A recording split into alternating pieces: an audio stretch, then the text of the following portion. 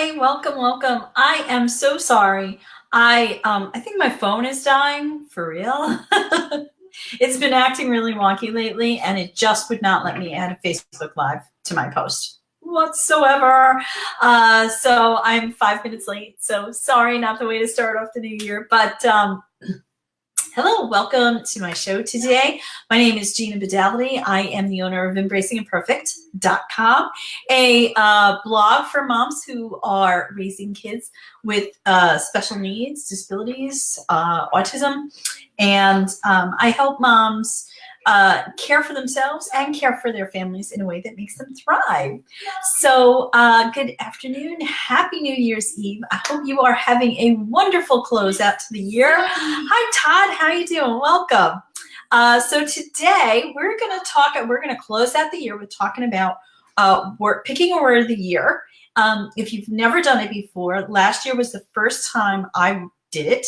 And so I'm going to explain how to do it, how to find a word, how to use it through the year, and give you a few examples of how it helped me in achieving some of my goals. A few little things about setting up for 2019 for success.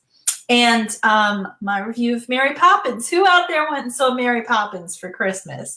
I will keep the review part to my review because I tend to want to just dive into it right now. But we're going to start talking about the word of the year. So I have a lot of friends who do, a lot of bloggers do word of the year, and I always kind of poo-pooed it. But this year I decided to do it. And so I wanted to tell you how I picked my word. Actually, I wanted to give you clues for you. So how you can pick a word of the year. Doesn't matter if you haven't picked a word yet, or if it takes you a week to pick a word. Doesn't really matter. What really matters is that, you don't have to start it on the first. It's fine to start on the 8th or whatever. What really matters is that you pick a word that fits you right, and that you're using it to build goals that are important to you. So how to pick your goal. So your word. So your word of the year should have a combination of a couple of things. It should address something you are struggling with. And what your goal of your word is, what your word really does is it focuses you so that when you're in a tough situation, when you are confronting a difficult decision, or any decision really, you can use your word. Hi, Tim, how are you? You can use the word that you've picked to focus and to get back to what you need to be doing. And that's why it's really important to take a little bit of time to pick the right word. Sometimes you'll know that this is the word because it's been an issue that you've been needing to work on for a long time. So that's the case with me. For me, I picked courage. And the reason I picked courage, like about a year ago, a year and a half ago, probably more like 2 years ago, there was an author came out with a book called Grit. I think her name is Duckworth or something. And there's been a lot of talk about grit and what's grit. And I've written about it for the last couple of years on my blog. How do I teach my kids grit? And one of the things for me was that I didn't really have it. And so what's grit? Grit is kind of like having the backbone to do what you need to do, and to do not just the things you need to do, like taking care of your kids properly, but the things that you want to do to get you to where you want to be. And that can be anything. That doesn't just mean professionally or as a parent. That can be anything. So grit it helps you weather the difficult times, the times of pain and challenge and hardship. And so when I thought about that, I thought, well, what I feel like I'm lacking is courage. I'm not going to say I'm terribly the most incourageous person who ever lived. Incourageous. No, that doesn't sound like a word. This is why I should have studied English in college. But I picked courage because I felt like that would really help me focus on what I needed to do in order to achieve my goal of grit, and to build up my own courage and bravery to pursue dreams, to be a better parent, to be a better wife, and all the things that I want to be better at, to be a better Christian. So what I would say to you is, if you don't have your word of the year, think of something that you're struggling with. Now, for me, Grit is something that when I realized I didn't have it, I kind of realized I never had it. And so it was something that was on my heart for a really long time. I can tend to be a little bit of a scaredy cat about things, but not everything, but more like fearful of decision making. That's very natural for me to be fearful of decision making and commitment. So, picking courage helped me to get over that. But when you're thinking about the word of the year that you want to pick, so think about something that is going to inspire you to do your call to action. That is going to be some kind of situation. If you find yourself in a place where you face a lot of situations and you either you don't know how to handle them, you back down from them, you fear them, whatever, then those particular kinds of situations should inspire what word you're picking. And honestly, if you're really still in a pinch after all that, I cannot figure out a word. Here's a great word: gratitude. Gratitude can get you through horrible, horrible things. It can help you focus on outside yourself. It reduces your selflessness. So if you really pinched for a word, I would go with gratitude. So now, how to use the word. So I'm going to give you the examples in how I used the word throughout the year. And then what to expect, what's going to happen as you work through your word. So before I went in, I had certain things that I expected. So I thought, okay, you know what? This is going to be the year that I learned to swim and highway drive. And there are these little things that don't have courage about. Incourageous. I keep wanting to say incourageous. Well, what is the opposite of being courageous? What's that word? Things that I'm fearful of, and I wanted to get them off my plates. Last year, not this year, but my daughter was very into me learning how to swim. We didn't really do a whole lot of swimming this year, so that's part of, and I didn't have budget for lessons for either item, but it's been a really belt tightening kind of year. But early in the year, I had this doctor that I wanted to go to, and the doctor was far away, and I had to wait for 6 months to go to the doctor. And the first visit my husband brought me, he wanted me to come for a follow-up this year. My husband was working full-time, so he could not, in the office, so he could not drive me. So I was literally got to like the week before, because you have to cancel in advance or else you get fined, you get the fee. Thinking, should I cancel this appointment? And then I said, you know what? I looked at my word of the year, courage, and I went, you know what? I'm going to do it. I'm going to map it out. I've driven there once. I know that the way to get there is all back roads anyway. I've driven some of it, like 1/10 of it, but it was a 45-minute drive. 45 minutes is the longest I have ever been behind the wheel in one direction by myself. And I was very nervous going in, but I calmed myself. I had confidence in what I was doing. I prayed that I wouldn't have a panic attack or something during the drive. And I did it. And then I came back and I felt so damn good about myself because I did it. And I looked at my word, courage. Did I really want to miss having this great MD / naturopath be my doctor, because I was too afraid to get in the car. So, and I went and I drove and it was great. And I was really excited about that. And so what your word of the year should also do is build upon it. So every time I took a step and I used my word and I built my courage, it built some grit in me. It built something in me. So that is, I think, an important part of it too. So strategically pick your words. So it's going to build in you the character trait that you want. Right. So courage was the character trait I wanted. So, and it did really call me to action. So the next time that I had to use it was early in the year, about the same time. I got a serious gym injury. I pulled a muscle, but I pulled a muscle deep inside. I pulled it really badly. Like the first couple of nights I had that pain. So when you pull a muscle, or this is my experience anyway, you pull it at the gym and you're fine. And it's not until you go to bed that same night that you're like, oh dear God, I can't breathe. I can't sleep on my left. I can't roll over. So it was bad. It was bad. I was actually taking Motrin. My husband buys Motrin all the time, and I was actually taking Motrin, which I never take anything to dull the pain. It was that bad. So I had to take a few gym days off, but I really didn't want to stop going to the gym.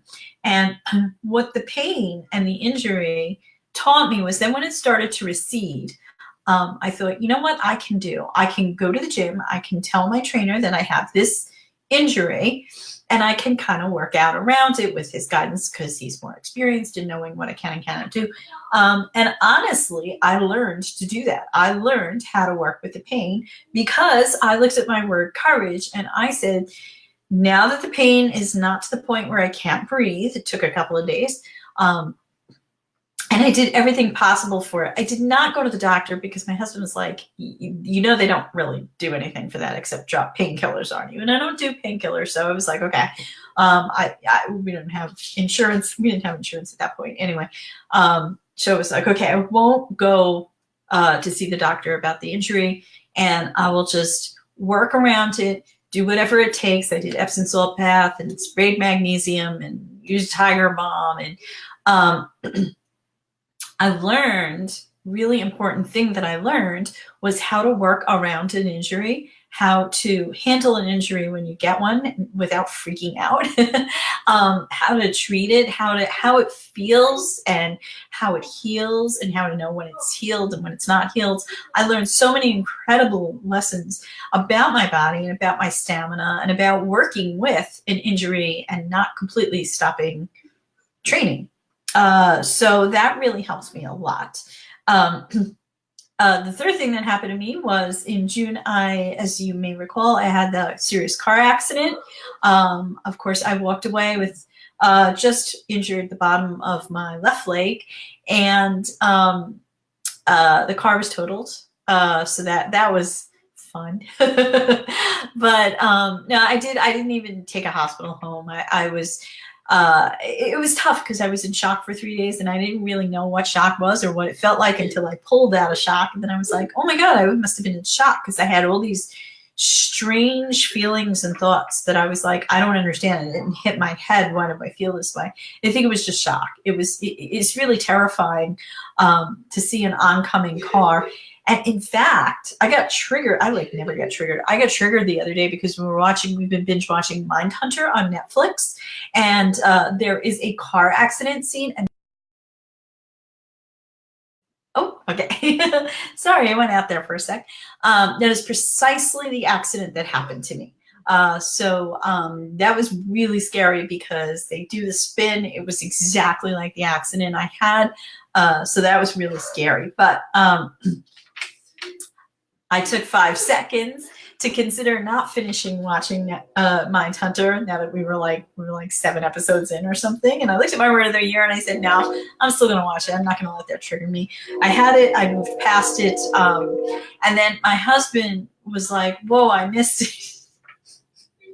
And he played it again. So I looked at my word courage, but I was like, I don't have to watch that again.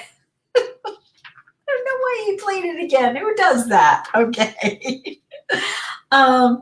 But after that, I wanted to get back to the gym, but I was nervous about getting behind the wheel. And where I had the accident, I wasn't on the way to the gym, but it was my gym route. And I was like, God, should I get behind the wheel? And I looked at my word and I went, yes. I have to conquer that stupid left turn because I can't let it hinder me. You also have to understand the gym. You know, I talked about my fear of driving before, but my gym is like 10 minutes away, door to 9 on a good day. It is like one of the closest places I could possibly drive to. And so I didn't want to not be able to drive that. Didn't make any sense. It was stupid. So I got back in the car as soon as I could. As soon as my leg heals up in 2 weeks, I got back in the gym as soon as possible. I was like, okay, I'm not going to run. I'm going to do the bike instead to put a little less pressure on my leg as it was still healing. And I'm just going to do it. And then I was going to drive a long way back to avoid the left turn where I got in the accident. And my mind said, courage, no, do it. Take that left turn, do it, conquer it, be slow, be careful, be cautious, but don't avoid it. So I used that's 3 instances that I used my word that I can think of. I mean, there were many other times that I used my word, but those were 3 where I really, the application worked out to the point of, I conquered something. And then it's kind of like scaffolding, because then you've got your, I did it one time, I did it another time, I did another time. And so I can see where I'm building courage and I'm building grit because of the word that I chose this year. And I can use it and look at it and apply it in all kinds of situations. Like I said, from my parenting to my personal life, to my faith, to my business, everything. I did do it at my business when I went to my business conference for my product, MYR Organic. I was at the conference and I went to a class, and I was really trying to devote hard to what they, how they were trying to train us. And I sat in front, and she said, if anybody wants to do this right now and text someone right now, I'll give you a prize. So I went courage, raised my hand, and I texted a bunch of people about my product, and I actually sold to one, and I signed up one. So it worked out really well. So, and those are like 4 very different ways that I applied the same word that gave me real benefits in my life, that helped me build onto my betterment of myself. And this year was a real year that I really felt that I don't know if it was because of the word, but I suspect it really played into it, because I felt like this is one of the years where, you know how you read self-help books and then you put it on the shelf? I really feel like every self-help book I read, every bit of advice I got, that I was really adding it and internalizing it and working on it and doing better. So I feel like I'm at my best yet, my best life yet, because of, and part of it was using the word of the year. So use the word of the year. That's how you use it. But here's what I'm going to say to you at the end of the year. I still did not learn to swim, and I still have not highway driven, which were goals that I thought I was going to achieve. But word of the year took me in a different direction, or maybe I should say God took me in a different direction with courage than I expected to go in. So it built on me, but it wasn't just like these 4 concrete things that I gave you. It built in me, in my spirit, and in my soul, and in my, like I said, I feel like I've grown more this year than almost any other, because of the way the word put things into play. And, you know, obviously I'm a Christian. I believe in God. I believe that God used the word to go, okay, you want courage? I'm going to show you courage in this area that you never thought of. And so that's, it was not what I expected, but the benefits were unbelievable. So I highly recommend you use your word of the year. Maybe take down some notes about what you expect, because I think I'm going to do that this year. This year, my word is give. Why don't you take down some notes about what you expect, and then extrapolate it to next year. But remember, just make it a word that whenever you're in a situation where you feel you need to grow, or you need to learn, or you're a little confused about something, look at your word. Again, like I said, gratitude's a great word. If something awful happens, look at gratitude and say, how can I make this better? What do I have that I'm blessed about? And you're going to see gratitude, I think, is something that's going to have immediate effects if you use it as your word of the year. But again, use whatever you think is best for you. You might already have some problem on your heart that you need to deal with. So for me, my second one is give. And the reason my word is give this year is not just because I have difficulty being a giving person. It's unnatural to me. So I want to be giving, but it doesn't, it's like I have to really prepare and plan. I'm not like a spontaneous giver. But one of the reasons that is my word is because God blessed us so much, mostly through people in the church, but also just divine. Wow, how did that ever happen? Providing for us this year so that we are still in our home, still living a decent life, even though my husband's not employed. I'm not worried right now, and relying on God, and relying and asking for help, which I'm also not good at. I'm very self-reliant. So asking for help, that is something that it really built my trust in God, and it really built my relationship with God, and it built my heart to a different place where I am.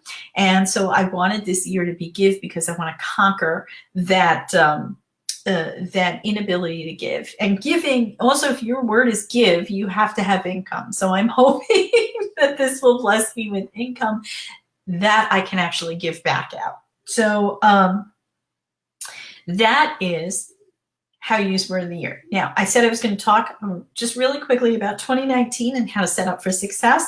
So I think that's a really good way to start, is word of the year, so it focuses you. I know, like a lot of us, you know, I don't know that I have ADHD, but I tend to be very, look, it's a squirrel. Look, a squirrel. That's what the saying is. Look, a squirrel.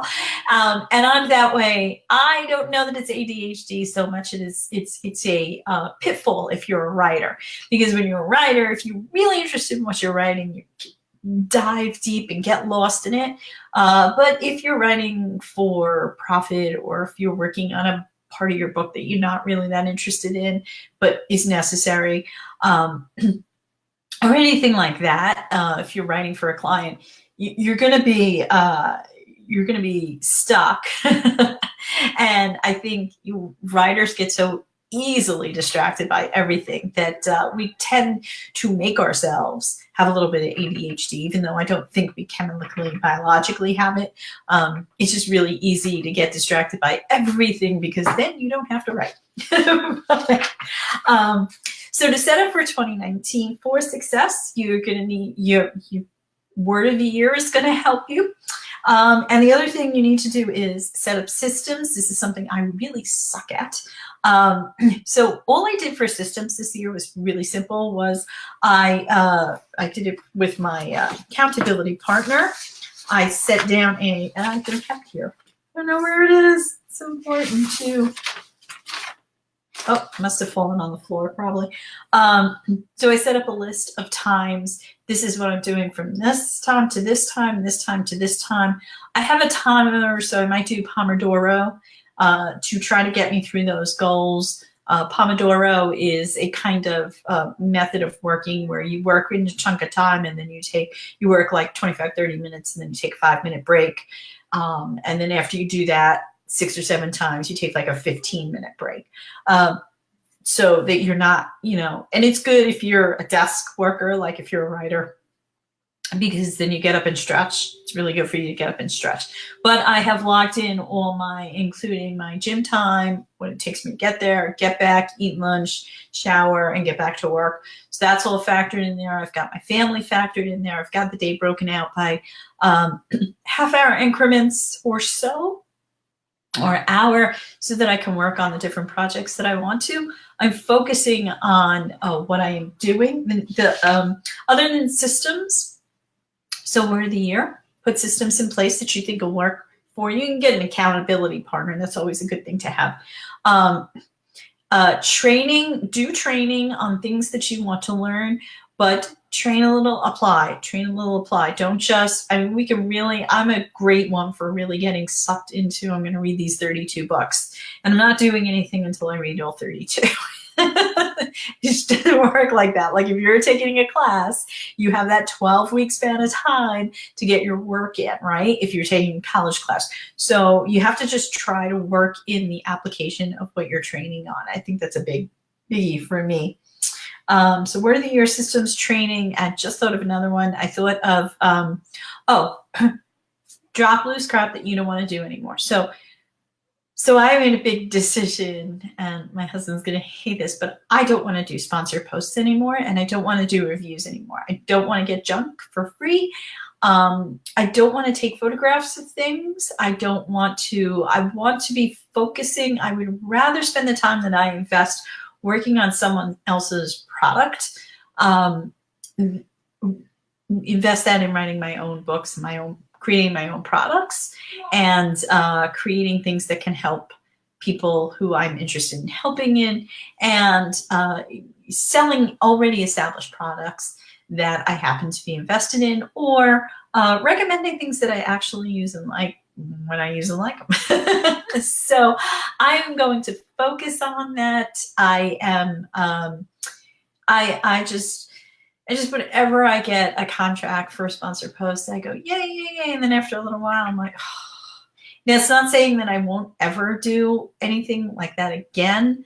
But it would have to be really like if there were a travel thing involved. I am actually supposed to be talking to someone about a travel event. So we'll see how that works out, because I could see that really working better than here's the product, here's the picture. So that brings me to the next part, blog business changes. But if there's something you do that you loathe, that you think is bringing you money, and it's maybe isn't, maybe it's not bringing as much as you thought, and you really just can't stand it.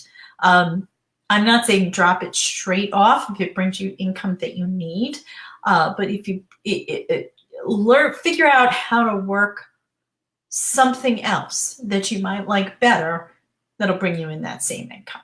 So that's all I'm saying about that. So set up your next year for success by, focusing on finding the word, focusing on your word, putting systems.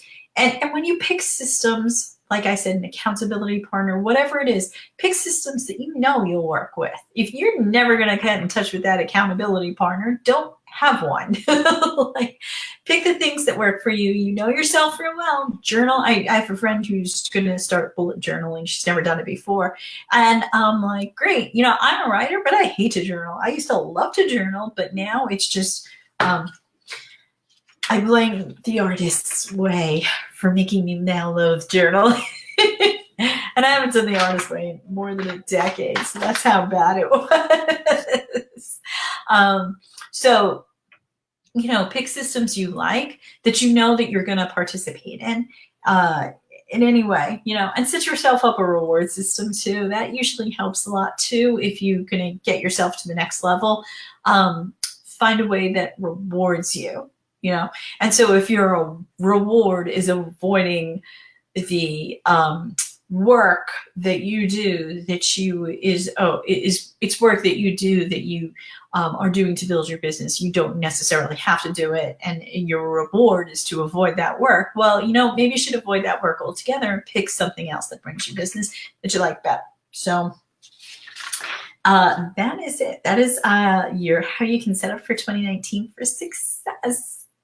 And now, because I am a film and movie and book junkie, I wanted to do a little review of Mary Poppins. So my disclaimer is this, though. So a couple of months ago, I had completely forgotten about the movie The Greatest Showman. I'm a huge Hugh Jackman fan, and honestly, who isn't? Why would anyone not adore that man? So I was going through, my husband has his app coming soon, and we rent a lot of movies, big movie buffs, and he always tends to he'll be like, the Transporter 5. It'll always be a testosterone movie. Not a fan of them, but we are married, so sometimes you got to go see an action film because your husband wants to see it, and sometimes they're not bad. Sometimes they're fun. So he was listing all these action movies that I was like, oh dear God. And I said, well, can I see that? And there was The Greatest Showman, and he didn't mention it because he didn't want to see it. Well, we put it on, and 2 minutes into it, he was sold. 2 minutes. He was like, hey, this is, he was all like, I don't want to see a musical. And then 2 minutes into it, sold. So my daughter watched it with us, and she was into it. And that was a couple of months ago. And then I happened to notice that she had been Googling on her Kindle all the videos and singing them. So I said to him, let's buy it for her for Christmas. So on Christmas Day, we watched it from end to end. And then at the end, there's a little music place where they just go through the songs. We watched all the songs end to end. She knows the words to every one of them. And then we went to see Mary Poppins. So can you guess which is a better movie? But I had a lot of problems actually with Mary Poppins because Mary Poppins Returns. Mary Poppins Returns is meant to be, so they made it like an homage to Mary Poppins. So in other words, it's almost like scene for scene, the same kind of thing, the same kind of characters. It mirrors it. And the problem with the original Mary Poppins made back in the 70s, when we children had much longer attention spans back then, is like a 2-hour movie. I mean, you cannot bring a little kid to see this movie. It's like we were all bored at some point. There are great songs in there, but there was no reason it had to be 2 hours long. I understand that they were trying to play homage to the original, but who cares? Just make a movie for kids today.